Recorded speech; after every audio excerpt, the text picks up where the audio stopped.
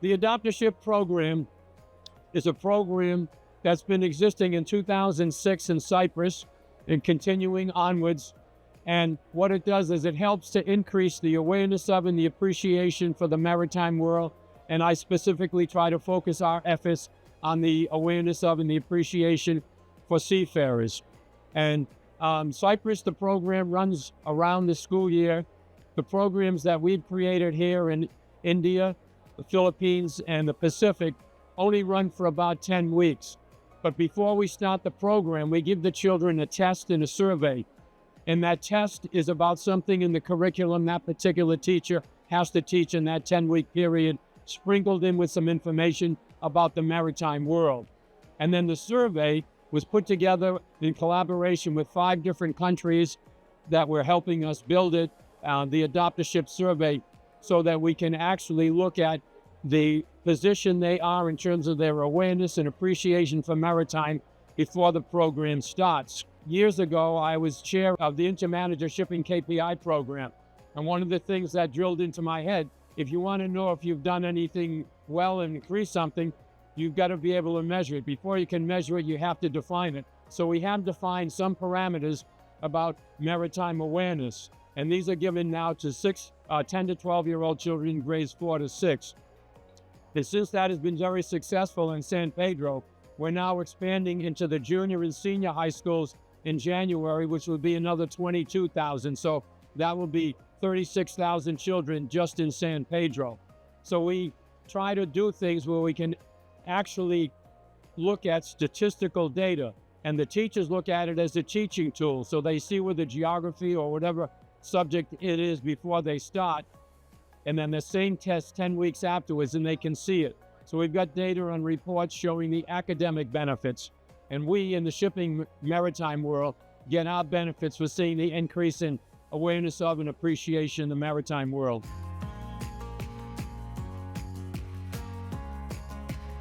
So what we do is we have a coordinator. Jeffrey, can you come in here for a minute, please? We have a coordinator, and that sits here in the program. This is Chief Officer Jeffrey, a native of San Pedro, so he brought this home to his home schools. And so we give them a world map, and the teacher exchanges an email with the captain on board a ship once a week for 10 weeks. And then the captain gives it kind of a day report, the position of the ship, gives it back to the teacher, no rush, anytime in that week. The teacher shares it with the children, and the children have more questions, and they ask things about it. Some of them are very basic. Are there lights on the ship at night? And some of them are very complex. Is there a governance law and things on board? And so that goes on for 10 weeks. We started with the test and survey I mentioned, and then the same test and survey afterwards to quantify the benefits. So our goal is to increase the maritime awareness, the seafarer and maritime awareness and appreciation, in hopes that we'll increase the number of countries that will actually make seafarers essential workers. And Jeffrey has been able to take it home and share it, and these are the 20 schools. Jeffrey, can you mention something about that journey? Well, I've started the fellowship program in 2 schools, and then I went through the division office of the Department of Education. They love the program. They believe that it's impactful to the students. So they let me run the programs in all 20 schools. And fortunately, by next year, we will be implementing the program, get the junior and senior high age level.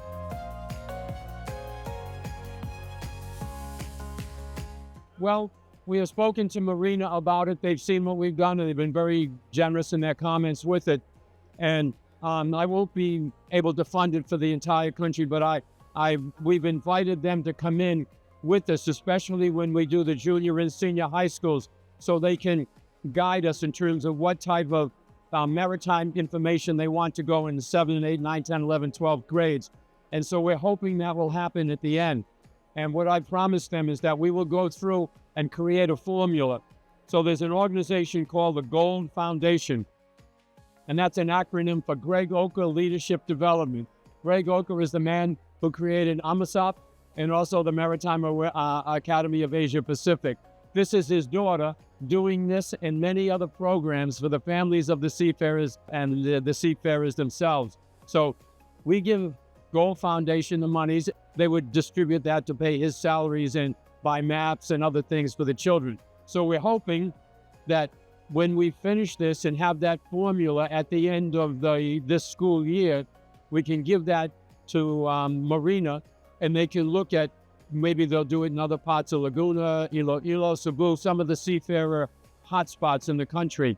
And then I'm doing the same thing in India and the Philippines. So we're trying to expand it globally. Now, other ambassadors from the IMO, from Bulgaria, and we've got inquiries from Africa, want to do the program. We give them all our tools. We have maps, we have surveys, everything for them. It's all free. And they can start with the program, put it in their own language, or keep it in English. And we're going to try to do the same thing so we can combine it. By next year, we hope to have about 250,000 children in the Philippines in the program. And so with that data, each of those children will have 2 pages, one for the test, one for the survey, and they will take it twice. So that's 1 million pieces of data, plus each of those have about 8 or 10 questions. So we'll have millions of pieces of data where we can actually start to analyze it just from here, and then try to expand that into India and other areas, so we can put this together to make it what, as a sociologist would call, statistically significant with that amount of data coming through. And it's all free to them. We finance that part of it. Shipping companies have been very generous with the schools. When they go down there and they see what's going on, sometimes they'll buy them a fan or ring little things. This is one of the ships that was built by these 10 to 12-year-old children. And this happens to be a galleon ship. And we were at the Galleon Museum. And so the children actually make these as part of their program. And so we're very grateful and very impressed by a 10 to 12-year-old child doing that.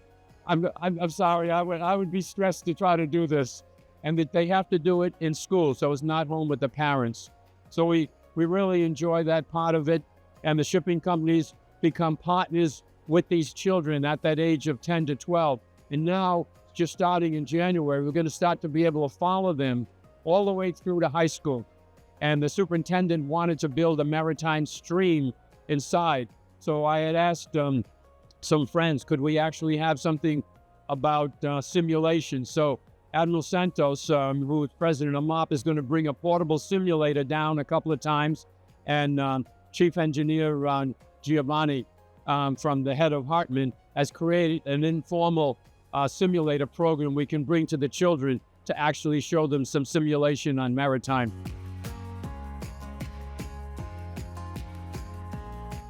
Absolutely, but I won't focus in on them becoming seafarers. I will focus in on becoming maritime professionals, and seafaring would be part of their career if they choose it. But the whole idea with this, when we look at the sustainable goal, number 4 is education, number 5 is gender diversity. Approaching the children and giving them these choices, these options, when they're 10 to 12 years old, that may be the seed planted where more women will come in. We're looking at 2 or 3% women on board ships. Has to change.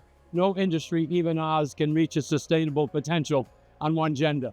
So this is an opportunity for us to tell the young people about it. And they can look at that for 8-10 years before they actually graduate from high school, and then think about when they're 17 or 18.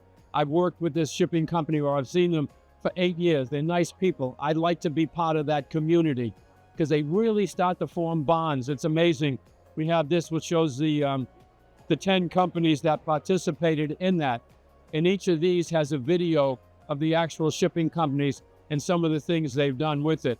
So we actually have the opening ceremony they can do. We'll have an activity where they'll make ships, paint cartel, and then a closing. So they have 3 opportunities, not requirement, to actually meet the children, and the children to meet them. So it's that whole idea of forming partnerships between the schools and the shipping community. And that's the beginning of the collaboration, I believe, part of it. It's not the total answer, that will help to bring not only gender diversity, but more of the best and brightest. Moving to the type of fuels we're moving on is lowering our comfort zone in terms of making errors. We're pretty close to the point where there is no room for error with these new fuels.